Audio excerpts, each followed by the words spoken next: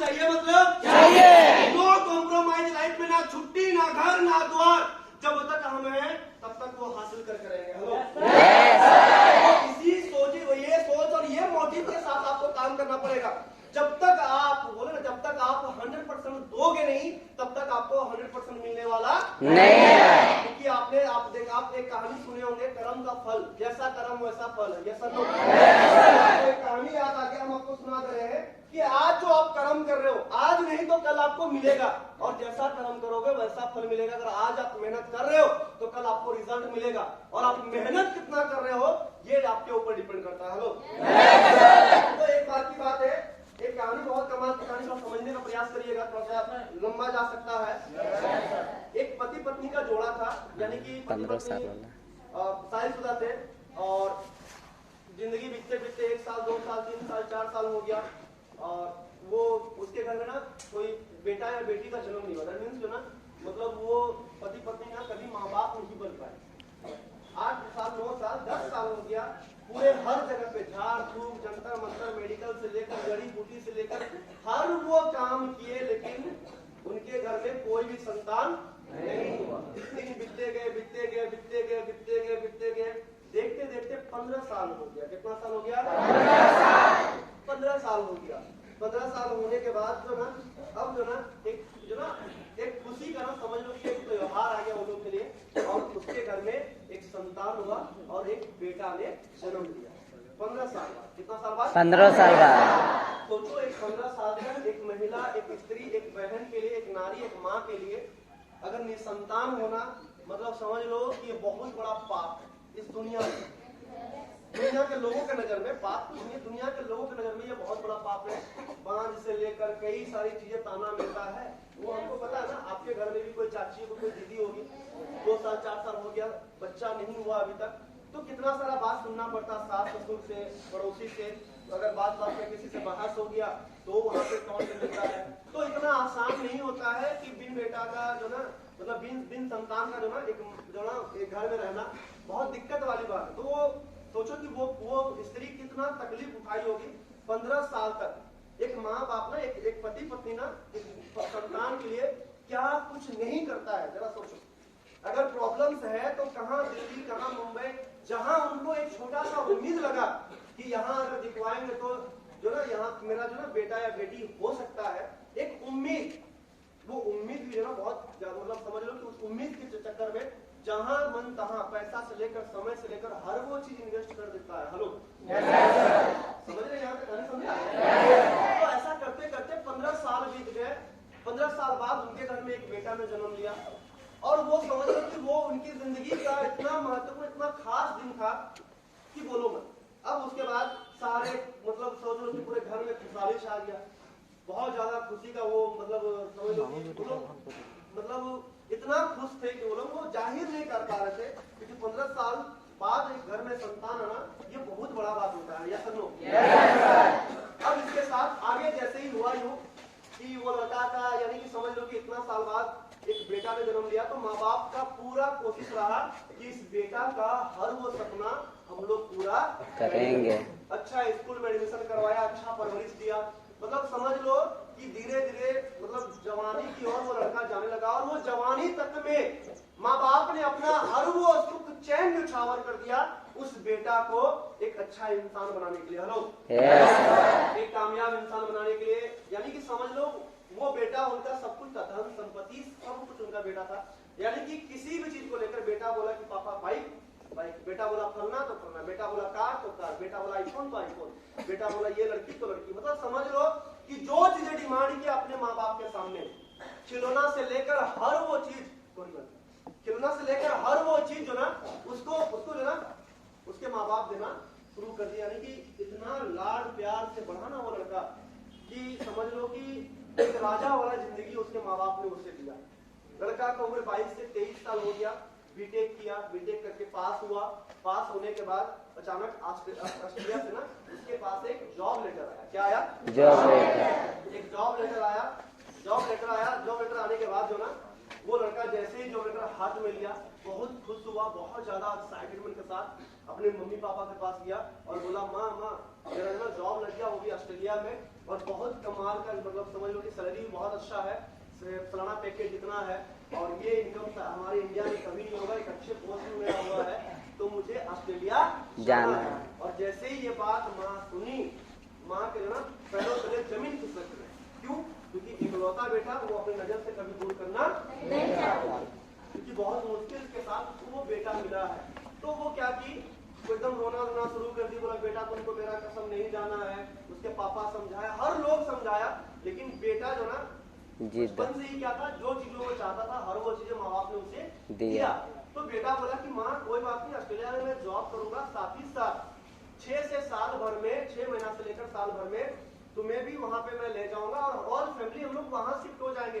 बहुत अच्छा जॉब है। अगर मैंने जो पढ़ाई लिखाई किया वो किसके लिए किया? एक अच्छे जॉब के लिए किया। फिर माँ बाप को समझाया कि आज आप लोग जिंदा हैं तो मेरा परवरिश कर रहे हैं, हमें आज नहीं तो कल लाइफ में कुछ करना है, और क्यों ना हम अभी से शुरू कर दे। जब माँ बाप को समझाया तो लास्ट में माँ बाप ने हाँ भर दी, बोला ठीक है बेटा कोई बात नहीं, जा सकते हो। तो 3 से 4 दिन बाद फ्लाइट था उसका ऑस्ट्रेलिया के लिए। वो तो दिल्ली से ऑस्ट्रेलिया के लिए फ्लाइट था, वो सॉरी दिल्ली की, ये दिल्ली का वो रहने वाला था, दिल्ली से ऑस्ट्रेलिया के लिए फ्लाइट था। तो अब जो ना दिन बीतते गए, जैसे ही दोस्तों को पता चला कि भाई ऑस्ट्रेलिया में जॉब लग गया, तो उसके दोस्त बोले भाई पार्टी चाहिए। इसी बात है, यस सर नो? और जैसे कि आज कल सुबह फ्लाइट है और आज शाम को 4 बजे का पार्टी का डेट रखा गया, समय रखा गया। तो सारे लोग बोले कि आज हमें पार्टी चाहिए, तो वो लड़का बोला ठीक है मैं आप लोगों को पार्टी देकर ही जाऊंगा। और वो जो ना शाम होने का इंतजार करने लगा, सारे दोस्त पहुंच गए पार्टी वाले एरिया में और उसको फोन करने लगे कि भाई साहब आ जाओ, और वो बोला ठीक है मैं निकल रहा हूँ। जैसे ही निकलने वाला था वैसे ही हल्की हल्की बारिश होना शुरू हो गया। क्लियर है? हल्की हल्की बारिश होना शुरू हो गया। अब जैसे ही बारिश होना शुरू हुआ तो अब वो घर से निकल रहा था, उसकी माँ बोली बेटा थोड़ा सा बारिश थम जाने दो, रुक जाओ मत जाओ, दोस्त लोग वेट कर रहे हैं, 1 घंटा और वेट कर लेंगे, क्या दिक्कत, थोड़ा सा रुक जाओ फिर जाना। फिर देखा बारिश तेज हो गई तो बेटा रुक गया। फिर हल्का हुआ तो बोला मम्मी अब बारिश थम गया है, कम हो गया, अब हम जा रहे हैं। मम्मी बोली ठीक है बेटा जाओ। अब वो गाड़ी लेकर, बाइक लेकर वो निकला। निकलने के बाद दोस्त उसको फोन करे भाई साहब जल्दी आओ, फिर तेज बारिश शुरू हो गया। तो जो ना वही कहीं कोने में खड़ा होकर वो बारिश के कम होने का वेट करने लगा। जैसे ही कम हुआ वो वहां से फिर निकला और वो उसके दोस्त फिर फोन करने लगे, बोले भाई साहब 1 घंटा हो गया जल्दी आओ यार। बोला अरे यार थोड़ा देर रुको, पहुंच रहे हैं बस, जस्ट थोड़ा सा अभी और 5-7 मिनट में हम पहुंच जाएंगे। और वो थोड़ी सी हल्की रफ्तार में, हल्का लगभग 30-40 के स्पीड में वो जाना शुरू कर दिया। अब जाते जाते जो ना अब पानी पुल में भर चुका था, रोड में कहाँ स्पीड ब्रेकर है तो कहाँ गड्ढा है नहीं समझ में आया। और वो जा रहा था, अचानक गाड़ी धीरे से गड्ढा में घुस गया, लड़का गिरा और वहीं पे स्पॉट पे लड़का मर गया। समझ में आ रहा है? लड़का मर गया। अब जैसे ही मरा, मरने के बाद घर में तो खबर जाएगा ही। जैसे ही घर में खबर गया तो समझ लो कि उसकी माँ सुन के तुरंत देखो, उसके पापा सुने, जहाँ थे वहीं पे वो भी देखो। तो हर किसी का जवान बेटा बेटी से अगर गुजर जाना मतलब एक बहुत बड़ा बात होता है। हमारे किसी के साथ ऐसा ना हो, ये दर्द कभी आपने भी कभी महसूस किया होगा, ठीक है? अरे भाई जब हमारे बूढ़ा बूढ़ी, जब दादा दादी चल जाते हैं, जब हमारे घर के बुजुर्ग व्यक्ति लोग चल जाते हैं तो हमें इतना तकलीफ होता है। जब घर का कोई जवान इंसान, हमारी खुद की बहन हो, चाहे खुद का भाई हो, चाहे मामा का बेटा, चाहे फुफेरा बेटा, चाहे कजन भाई हो, तो जब अपना आदमी जब गुजर जाता है तो समझ लो कि वो दर्द क्या होता है। और एक माँ और एक बाप का अगर कोई बेटा, जवान बेटा गुजर गया तो समझ लो कि वो दर्द वही समझेगा जिसके साथ ये घटना होता है। ये सब लोग हम सिर्फ अनुभव कर रहे हैं, हमें कहानी के माध्यम से हम अपने काल्पनिक कहानी सुना रहे हैं, तो हमें लग रहा क्या लग रहा ना, अरे यार कैसे मर गया, ऐसे लगा होगा। जब खुद के साथ जब घटना घटे, जब खुद के साथ एक माँ बाप का जब जवान बेटा गुजर जाएगा तो उसका दर्द का अनुभव हम लोग कर सकते हैं, लेकिन रियल मायने में जो तकलीफ जो महसूस कर रहा होगा उसका परिवार का लोग, ये सब लोग। तो उसकी माँ मानने के लिए तैयार ही नहीं कि वो मर गया। लाश आया घर में, एकदम लाश को पकड़ पकड़ के रोना शुरू की, बेटा ऐसा मैंने कौन सा पाप किया तुम्हारे साथ, आखिर मैंने क्या कमी किया, आखिर मैं किस बात का दोषी हूँ जो कि तुम मुझे छोड़ के चला गया। अगर जाना ही था तो साला तुम पेट में मर जाता। हेलो, इतना इतना साल बाद मैंने तुम्हारे लिए क्या नहीं किया, जो चीजें तुमने मांगा, इसके बावजूद भी तुमने किस बात का सजा दिया मुझे बेटा, जो आज तुम मुझे छोड़कर चला गया। बार बार अपने बेटा को कोस रहा था, बार बार कोस रही थी, पूरा माँ बाप सुना रहे थे, पूरा आस पास के लोगों का ना पूरा एकदम रोआ रोआ खड़ा हो गया जब देखा जवान बेटा का लाश, कहीं कुछ चोट नहीं, कहीं एक जगह जख्म नहीं, लेकिन बेटा स्पोर्ट पे, समझ में आ रहा है, कहीं एक खरोच नहीं, लेकिन बेटा स्पोर्ट पे। अब जो ना मम्मी माने नहीं रही कि मेरा बेटा मर, अब किसी तरीके से माँ बाप को अगल बगल वाले पड़ोसी वाले समझाए और उसको दफनाने के लिए लेके चले गए। अब उसकी माँ खाना पीना बिल्कुल छोड़ दी, दिन ब दिन एकदम जैसे 2-4 दिन 5 दिन हुआ, बेचारी पूरा एकदम सूख के कांटा, मतलब आखिरी मरने तक जो ना उसका हालत हो गया था। और बार बार यही बोल रही थी, हे ऊपर वाले, जब मुझे छीनना ही था तो फिर तुमने दिया ही क्यों, समझ में आ रहा है? जब तुम्हें ले ही जाना था तो तुमने ये 22 साल 23 साल तक तुमने यहाँ रखा ही क्यों धरती में, मेरे पेट में मर जाता या तो फिर जब छोटा था तब गुजर जाता तो हमें उतना फर्क नहीं पड़ता, समझ में आ रहा है? अब जैसे ही ये बात हुई तो उसी टाइम गांव में एक इंसान आए, एक बुजुर्ग व्यक्ति आए और अनुभवी इंसान थे, वो बोले बेटा मत रो, तुम्हारे समस्या का भी समाधान है। तो जैसे ये बात बोले तो वो माँ बोली बताइए चाचा जी क्या समाधान है, हमको चाहिए, मेरा बेटा क्यों छोड़ के गया, हमको रीजन जानना है।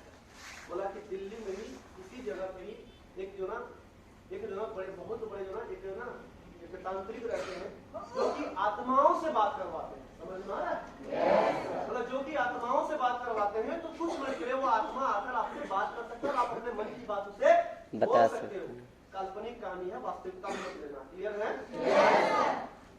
अब उसके बाद जैसे ही ये बात सुने, एक उम्मीद जगा कि चलो यार कम से कम बेटा से हम ये पूछ ले कि आखिर तुम हमें छोड़ के क्यों गया। क्लियर है यहाँ तक?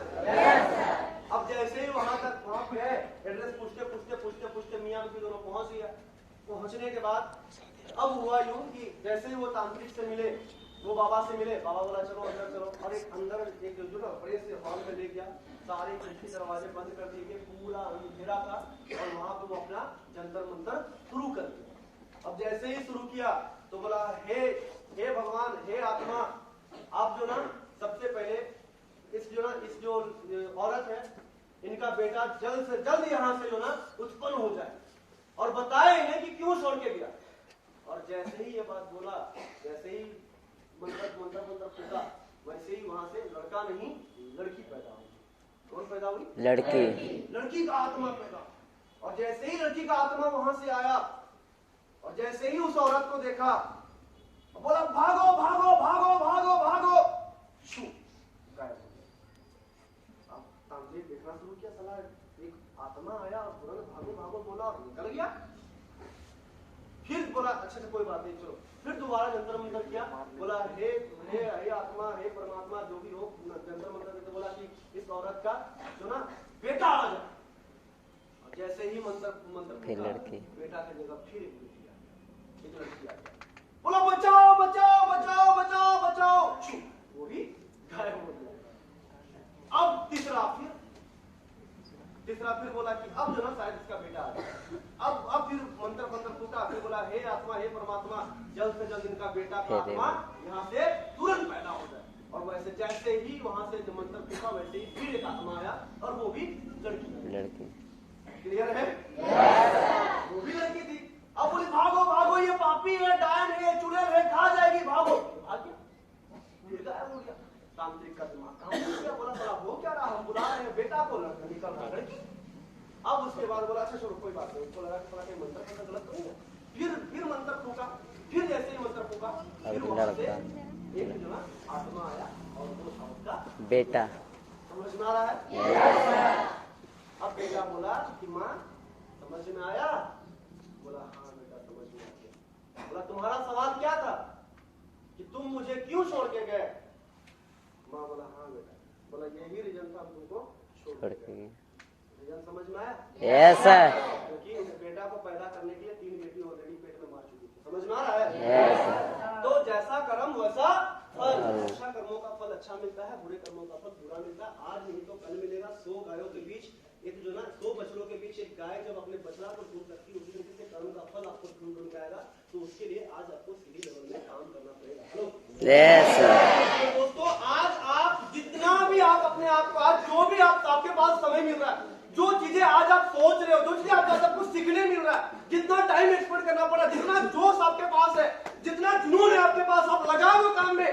इस बात की गारंटी मैं आपको बता रहा हूँ, आज नहीं तो कल आपको रिजल्ट मिलेगा। Hello yes sir. आज जितना रोना गाना, जितना तड़पना है, जितना आपको आप जितना दर्द पालना है, आज पाल लो। जिस दिन निकलेगा तूफान मचा देगा। Hello yes sir. जिस दिन आप अपने आप को यहाँ पाओगे, उस दिन आप जमीन में बैठा नहीं पाओगे अपने आप को। लेकिन इसके लिए आज आपको रोना गाना तड़पना पड़ेगा। आज आपको हर वो दर्द बर्दाश्त करना पड़ेगा। क्योंकि आज जितने भी लोग कामयाब रहे, की बात करना चाहेंगे 2 मिनट के बारे में। बेचारे के पास इतना लंबा छेनी और इतना बड़ा हथौड़ी, पूरा पहाड़ खोद दिया। Hello yes sir. आसान था? No sir. भूखे रहा कि नहीं रहा? रहा। घास खाया, पत्ता खाया, तो जो बोरा पहना, लोग पागल बोल दिया। लेकिन उसका एक ही जिद था, जब तक तोड़ेंगे नहीं तब तक छोड़ेंगे नहीं। Hello yes sir. तो सीधी सी बात है भाई, किसी भी काम को लेकर, किसी भी पैशन, कोई भी प्रोफेशन को लेकर, अगर आपके पास जो ना एक जुनून नहीं है पाने को लेकर, जिंदगी में कभी कामयाब हो सकते नहीं है। तो आप जो भी काम करेंगे उसका फल आपको मिलेगा। उसका चिंता आपको बिल्कुल नहीं करना। आप सोच रहे कि नहीं यार देखते हैं, टाइम लेंगे, कोई बात नहीं, आप टाइम लेंगे, लेकिन उसी हिसाब से आप जान लो कि आपका समय बर्बाद हो रहा है। Hello yes sir. ये समय कभी भी लौट के वापस आने वाला नहीं है। बोला जब तक, यानी कि समझ लो कि आपको पूरी पागल बनना पड़ेगा अगर आपको कामयाब होना है तो। Hello yes sir. पूरी पागल बनना पड़ेगा आपको। हम लोगों ने वैसा ही काम किया। मम्मी 2 बार बेहोश होकर नदी में गिर गई। सबको भैया बेंगलोर से आ गए, बड़े भैया जमशेदपुर से आ गए, लेकिन हम नहीं गए। घर वाला गाँव वाला बोला सारा बहुत बड़ा ये नौकरी मिल गया उसको, बहुत बड़ा मैनेजर बन गया, रांची से आने का टाइम नहीं मिल रहा है। मैंने बोला जब भैया ऑलरेडी पहुंच गए, जब बड़े भैया ऑलरेडी पहुंच गए, जब पापा पहुंच गए, तो हम क्यों जाए भाई, जब 3 लोग ऑलरेडी है। और उस टाइम मेरा एलजी का प्रमोशन था। अपलाइन को बोले सर ऐसा ऐसा बात है। बोला कोई बात नहीं है, तुम एक चीज डिसाइड कर लो, तुमको आज घर जाना है कि तुमको प्रमोशन लेना है। जिस प्रमोशन के लिए तुम मर रहे हो, जिस प्रमोशन के लिए सीढ़ी लेवल में भूखे रहे हो, और आज प्रमोशन तेरे हाथ में, और आज तुम घर जाओगे, डिसाइड तुमको करना है, डिसीजन तुम्हारे हाथ में, तुम खुद एक लीडर हो। मैंने बोला सर कुछ भी हो जाए, पहले प्रमोशन, उसके बाद घर जाएंगे। हेलो तो जिंदगी में ना हम बता रहे ना, आज क्या होता है, बहुत प्रॉब्लम आता है, थोड़ा दिक्कत होता है, तुरंत घर भागना शुरू कर देते हैं, तुरंत घर से तुरंत आ जाते हैं। भाई 1 महीना में 1 बार घर जाओगे तो पूरा 1 महीना प्रमोशन रुक जाएगा, और पूरे 1 दिन में 1 बार नेगेटिव सोचोगे तो उस दिन आपका काम नहीं होगा। ये लिखा हुआ। हेलो तो सीधी सी बात है भाई, आप जो चीज चाह रहे हैं लाइफ में, जो चीजें आपको चाहिए, उसके लिए अपने अंदर आग रखो। हेलो जो भी चीजें हासिल किया, चाहे जितने भी लोग कामयाब हुए, यार महेश प्रसाद यादव आइसक्रीम बेचता था, आज ग्लोबल डायमंड है, करोड़पति की लिस्ट में आता है। कल का वीडियो देखना, आ जाएगा आपके पास। Hello yes sir. करोड़पति की गिनती में आता राजकुमार सर, जो हमारे शिरडी है। सोचो यार 3500 उसका महीने का सैलरी था, आज सिर्फ 35,000 40,000 महीना सिर्फ जीएसटी पे करते हैं। सोचो अभी बहुत बॉडीगार्ड रखने वाले ना, ये लाइसेंस बनवाने आए थे, मिसाइल बोल रहे हैं, वो मशीन गन इतना लंबा जो आता है ना, एक बॉडीगार्ड और ये मिसाइल, मशीन गन लाइसेंस लेने आए हुए थे यहाँ पे। बहुत जल्दी अप्रूवल हो जाएगा, अभी प्रोसेस में है। सोचो जो बंदा घर में एक कमरा नहीं हुआ करता, जिसके पास नया साइकिल, सेकेंड हैंड साइकिल नहीं हुआ करता था, आज वो फॉर्च्यूनर का मालिक है, और आज वो बॉडीगार्ड के लिए अप्लाई किए हुए। तो ये सारी चीजें पॉसिबल पूरे ऑल ओवर वर्ल्ड में अगर कहीं है, तो आपको एक ही समझना पड़ेगा, वो विलेज में है। हेलो गरीब घर का बच्चा आया, कहीं से 15-20 हजार रुपया कर्ज में लिया, कहीं लोन में, महिला समिति से सूद में, कहीं ब्याज में लिया, और सिर्फ यहाँ लगाया, और लगाने की वजह से थोड़ा समय दिया, तो समय लगाने की वजह से आज वो ग्लोबल डायमंड बन गया। क्या लगता है, गलत है? No sir. लेकिन आज होता क्या, थोड़ा सा गाँव वाला कुछ बोल दिया, थोड़ा सा घर वाला कुछ बोल दिया, थोड़ा सा पड़ोसी कुछ बोल दिया। एक चीज जान लो भाई, इंसान का जुबान है, कहीं ना कहीं बोलेगा। Hello yes sir. हम फेविकोल लेके हम सुन नहीं सकते कि सबका जुबान हम चिपका है। यस। तो लोगों की बातें आपको सुनना पड़ेगा। आज सुन रहे हो, कल भी सुनोगे, और आगे भी सुनने के लिए आपको तैयार रहना पड़ेगा। आप अच्छा कर रहे हो तो भी सुनोगे, आप गलत कर रहे हो तो भी आपको सुनना पड़ेगा। Hello yes sir. इन लोगों को एक चीज से हम मुंह बंद करा सकते हैं दोस्तों, वो है खुद की कामयाबी से। Hello yes sir. तो जितने भी लोग आज आपको इस कंपनी को लेकर गलत बोल रहे हैं, चाहे काम को लेकर बोल रहे हैं, चाहे आपको लेकर, तो भाई सीधी सी बात है, आपके पास एक